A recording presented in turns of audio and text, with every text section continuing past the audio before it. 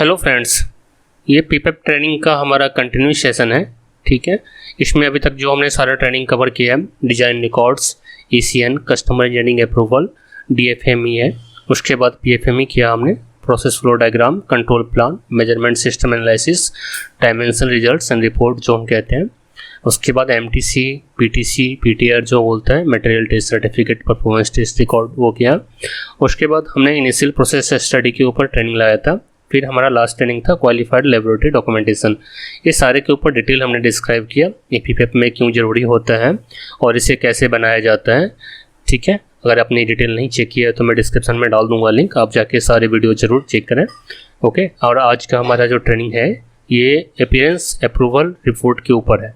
ठीक है, ये भी काफ़ी इंपॉर्टेंट डॉक्यूमेंट्स होते हैं और पीपेप के लिए काफ़ी ज़रूरी होता है। ये कुछ कस्टमर इसको मांगते हैं, कुछ कस्टमर इसको नहीं भी मांगते हैं। ठीक है, तो आज हम जानेंगे ये AAR जो होता है, जिसे हम अपीयरेंस अप्रूवल रिपोर्ट कहते हैं, ये होता क्या है और इसकी ज़रूरत क्यों पड़ती है। सबसे पहले हम जान लेते हैं ये अपीयरेंस अप्रूवल रिपोर्ट जो है AAR, ये क्या होता है। ठीक है, इसको क्या कहते हैं, इसकी ज़रूरत क्यों पड़ती है। तो अपीयरेंस अप्रूवल रिपोर्ट जो होता है it's applicable for components affecting appearance only, मतलब वो कंपोनेंट्स जिसमें अपीयरेंस इम्पोर्टेंट फैक्टर है। ठीक है, उस कंपोनेंट का, तो उसके लिए हमारा AAR रिपोर्ट जो है, अपीयरेंस अप्रूवल रिपोर्ट जो है वो ज़रूरी होता है। और क्या कहता है, this report verifies that the supplier has verified the final product and it meets all the required appearance specifications for design. ठीक है, और the appearance requirements could include information regarding the color, texture, etc. मतलब सीधी सी बात है, जो हमारा appearance approval report होता है, जो पर्टिकुलर कुछ कंपोनेंट्स के नीड होते हैं, जिसका साइनिंग फैक्टर है, कलर फैक्टर इंपॉर्टेंट होता है, उसके शेड इंपॉर्टेंट होते हैं, ऐसा कुछ कंपोनेंट्स बना रहे हैं। फॉर एग्जांपल के जैसे गाड़ी की आप आउटसाइड बॉडी बना रहे हैं, बॉडी पार्ट बना रहे हैं। ठीक है, पेंट करके उन्हें विंडो दे रहे हैं, हुड दे रहे हैं, असेंबली दे रहे हैं, यहाँ पे कलर और उनके टेक्सचर्स, या फिर फ्रिज का डोर बना रहे हैं, कुछ ऐसा कलर वाले पार्ट आप बना रहे हैं, यहाँ पे अपीयरेंस उनकी बहुत ज़्यादा इंपॉर्टेंट मायने रखती है। तो वहाँ पे आपको क्या करना पड़ेगा, अपीयरेंस अप्रूवल रिपोर्ट जो है हमारा, वो कस्टमर को सबमिट करना पड़ेगा, जो कि ये बताएगा जो हमारा जो सप्लायर इसको बना रहा है उसने क्या किया है, वेरीफाई किया है क्या, अपने फाइनल प्रोडक्ट को, जो कि मीट करना चाहिए कस्टमर के अकॉर्डिंग, जो उनका डिज़ाइन में दिया हुआ, ड्राइंग में दिया हुआ है, उसके अकॉर्डिंग उसका अपीयरेंस मीट करना चाहिए। और हमने चेक किया है, जो मीट कर रहा है इसका ही वो अप्रूवल है जो हम कस्टमर को देंगे।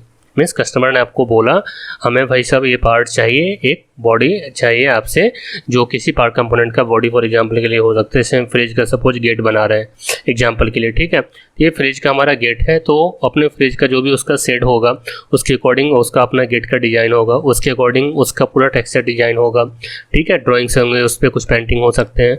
तो जब फॉर एग्जांपल अगर आप जिस उस गेट का सप्लाई अगर उससे कर रहे हैं, उनकी जो भी ड्राइंग की रिक्वायरमेंट्स है, जो शेड की रिक्वायरमेंट है, जो कलर की रिक्वायरमेंट है, जैसी साइनिंग होनी चाहिए, वो आपका पार्ट्स मीट कर रहा है, उसको आपने चेक किया। और चेक करने के बाद जब वो पार्ट ओके है तो आप कस्टमर को ये AAR रिपोर्ट सबमिट करेंगे, जो हमने आपका पार्ट एज पर ड्राइंग आपके डिज़ाइन के अकॉर्डिंग चेक किया, जो सारे पैरामीटर को मीट कर रहा है। इसमें क्या क्या आएगा, include information regarding the colour, texture, etc. मतलब उसका कलर ओके है, टेक्सचर ओके है, डिजाइन ओके है, ड्राइंग पेंटिंग ओके है, जो भी हो एग्जांपल, ये हमने चेक किया है, इसकी कंफर्मेशन हम कस्टमर को देंगे।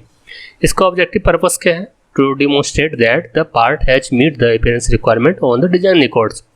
जैसा कि हमने भी डिस्क्राइब किया, मतलब जो भी हमारे डिजाइन रिक्वायरमेंट्स है उसको मीट कर रहा है कि नहीं कर रहा है, इसका मेन पर्पस वही है, कंफर्मेशन देना। इसे कब यूज किया जाता है, prior to tooling for the production. जब भी हम टूलिंग डिजाइन करेंगे पार्ट बनाने के लिए, तो हमें इस रिपोर्ट को कस्टमर को सबमिट करना पड़ेगा, तो सर हमें टूलिंग के टाइम में ये चीज़ जरूरत पड़ेगी और आपका अपीयरेंस को मीट करने के लिए। तो जब भी टूलिंग के ऊपर पीपेप के टाइम में जब टूलिंग के ऊपर हम काम कर रहे होंगे, तो हमें ये अपीयरेंस अप्रूवल रिपोर्ट लेकर के कस्टमर को देना पड़ेगा। ठीक है, क्यों देना पड़ेगा, पर्पस इसका क्या बोला, demonstrate that the part has met the appearance requirement, मतलब जो पार्ट की अपीयरेंस रिक्वायरमेंट है उसको मीट करने के लिए इस रिपोर्ट की जरूरत पड़ती है कस्टमर को कंफर्मेशन देने के लिए। अब आप बोलेंगे कई सारे पीपेप डॉक्यूमेंट में सर ये तो AAR लगता ही नहीं है, ठीक है, या फिर AAR हमने कभी यूज ही नहीं किया है। ये बिल्कुल सही है। तो मोस्ट ऑफ द पार्ट जो काफ़ी इंडस्ट्री है यहाँ पे कस्टमर की AAR की रिक्वायरमेंट है ही नहीं, मतलब उन्हें मतलब नहीं जो आपका कलर क्या है, सेट क्या है, पैटर्न क्या है, पेंटिंग क्या है, कुछ भी ऐसे वैसे मेटल पार्ट्स आप बना रहे हैं, कुछ नट बोल्ट बना रहे हैं, कुछ कंपोनेंट बना रहे हैं, इंजन के कुछ पार्ट्स बना रहे हैं, जहाँ पे उनको डायमेंशंस ज़्यादा इंपॉर्टेंट्स है, मटेरियल्स ज़्यादा इंपॉर्टेंट है, उनको कलर टेक्सचर्स फाइनल्स पेंटिंग से लेना को देना कुछ नहीं है, ठीक है। तो उनके लिए ये अप्लीकेबल नहीं होता है, तो उसके लिए हमें AAR रिपोर्ट सबमिट करने की ज़रूरत नहीं होती है। लेकिन जहाँ पे हमने कहा शेड इंपॉर्टेंट है, कलर इंपॉर्टेंट है, जैसे कार की बॉडी हो गई, गाड़ी हो गई, बाइक की बॉडी हो गई, वहाँ पे कलर शेड काफ़ी इंपॉर्टेंट होते हैं, पेंटिंग डिफेक्ट्स नहीं होनी चाहिए वहाँ पे। तो आपको अपना पार्ट चेक करके सैंपल के टाइम में AAR रिपोर्ट कस्टमर को देना पड़ेगा। डिपेंड करता है कस्टमर टू कस्टमर, जिस कस्टमर की रिक्वायरमेंट है आप उसे दें, जिसकी रिक्वायरमेंट नहीं है उसे देने की ज़रूरत नहीं है, ठीक है। अभी हम आगे बढ़ते हैं। अभी हम जानते हैं AAR का फॉर्मेट। अपीयरेंस अप्रूवल रिपोर्ट को भरने का सबसे पहले एडमिनिस्ट्रेटिव सेक्शन है। इसमें क्या क्या आ गया जो मैंने आपको डिस्क्राइब किया, पार्ट नंबर आ गया, ठीक है, पार्ट डिटेल आ गया, पार्ट का मतलब सारा मेंशन हो गया, सप्लायर का नाम, सप्लायर डिटेल आ गया, सब कुछ। उसके बाद सेकंड क्या आता है, supplier sourcing and text and information, list all the first source, tools, graining source, grain type, grain and the gloss of material use to check the part, ठीक है। उसका सारा डिटेल यहाँ पे आ जाएगा। उसके बाद क्या आएगा आपका आगे के सेक्शन में, pre texture regulation to be completed by SQE, जो सप्लायर जो है, सप्लायर क्वालिटी इंजीनियर जो है, उसके द्वारा इसको भरा जाएगा। क्या क्या, जब भी टेक्सचर का एवोल्यूशन होगा उस टाइम में इसको फिल करना है।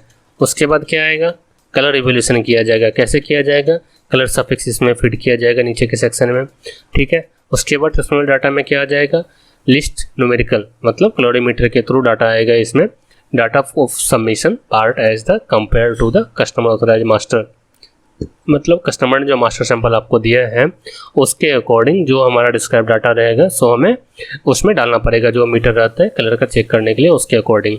फिर आएगा क्या आपका मास्टर नंबर, मतलब जो भी मास्टर सैंपल है उसका डिटेल आएगा, उसका नंबर आएगा, जो भी कस्टमर के थ्रू अप्रूव्ड है आपका उसका न्यूमेरिक नंबर आएगा कलर शेड का। फिर डेट आएगा उसका, ठीक है, on which date the master was approved हुआ है, जो भी हमने सैंपल कस्टमर से अप्रूव्ड करवाया है रेफरेंस के लिए। उसके बाद क्या आ जाएगा, मटेरियल का टाइप आ जाएगा, जैसे कि identify the first surface finish and the sub state जो भी है, सब स्टेट जो भी है उसका डिटेल इसमें मेंशन हो जाएगा। फिर मेटल की सोर्स हो गई, यू हो गई, वैल्यू हो गया, क्रोमा, ग्लॉस, मेटेलिक बैलेंस। उसके बाद कलर शिपिंग हो गया, ठीक है। कलर शिपिंग में क्या आ जाएगा, colour part number, suffix and colour number जो भी है, जो कलर का डिटेल्स है सो आएगा। फिर पार्ट का डिस्पोजिशन आएगा, the to be determined by the customer, approved और रिजेक्टेड। जब सारा चीज़ हम भर करके दे देंगे तो कंफर्मेशन फाइनल कस्टमर देगा जी ओके है या रिजेक्टेड है। उसके बाद साइन आ जाएगा आपका, नीचे सभी का साइन कर दो और आगे सबमिट कर दो।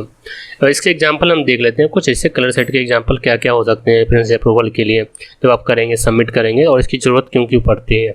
फॉर एग्जाम्पल इस तरह का पार्ट अगर हम कुछ पेंटिंग वाला पार्ट हम बना रहे हैं, उस पर अगर ऐसे डिफेक्ट्स आ गए, इसमें क्या दिख रहे हैं आपको, पिन होल्स दिख रहे हैं बड़े सारे, कोई बड़े से गैजेट्स हैं, कोई छोटे हैं, कोई बड़े हैं, कोई बड़े, ये सारे क्या पेंटिंग डिफेक्ट्स हैं, पिन होल्स हैं। यहाँ भी हैं, आप यहाँ भी देखें पेंटिंग यहाँ पे तो पूरी ओके है, और तरह तरह के होल बन गए, गड्ढे बन गए इसके ऊपर। और ऐसा सरफेस हम कस्टमर को देंगे तो ओके करेगा क्या, नहीं करेगा। इस तरह के सप्लाई के लिए कस्टमर को अपीयरेंस अप्रूवल रिपोर्ट लगता है। अब यहाँ पे देखें, यहाँ पे क्या हो गया आपको, चिकन मतलब बॉडी जैसा बन गया है, क्या है ये खुरखुरा बॉडी है, इसमें क्या है फिनिशिंग सही दिख रही है क्या, नहीं दिख रही है। तो इस तरह का अगर हम सेप सेट सप्लाई कर रहे हैं तो भी कस्टमर को हमें अपीयरेंस अप्रूवल देना पड़ेगा। यहाँ देखिए पेंट फिलअप हो रहा है, मतलब पेंट ही निकल रहा है। यहाँ पे देखिए टेक्सचर इसका ख़राब हो गया है, ठीक है, यहाँ पे टेक्सचर ख़राब हो गया। यहाँ पे क्या है पेंट फिलअप, पेंट नीचे आ रहा है, ठीक है, पेंटिंग जो हो रही है वो रन डाउन हो गई है, नीचे आ गया, पेंट रन हो गया। तो इस तरह के सेट्स अगर हम कस्टमर को सबमिट करेंगे तो उनका फाइनल प्रोडक्ट क्या होगा, रिजेक्ट हो जाएगा। तो इसलिए कस्टमर जो है AAR रिपोर्ट हमसे मांगता है, जो भाई अपनी सारी चीज़ें, ये एग्जांपल में कह रहा हूँ, इसके अलावा भी बहुत सारी चीज़ें हो सकती है सेट के लिए। तो वो सब चीज़ आपने चेक किया कि नहीं किया, अपीयरेंस के लिए ओके है, टेक्सचर ओके है, set okay, design okay, painting okay है, तो आप कंफर्मेशन दो। उसके बाद कस्टमर को हेड देगा तो आप उस पार्ट को सबमिट कर सकते हो, कस्टमर को दे सकते हो, ठीक है। ओके दोस्तों, तो AAR में बस इतना ही था।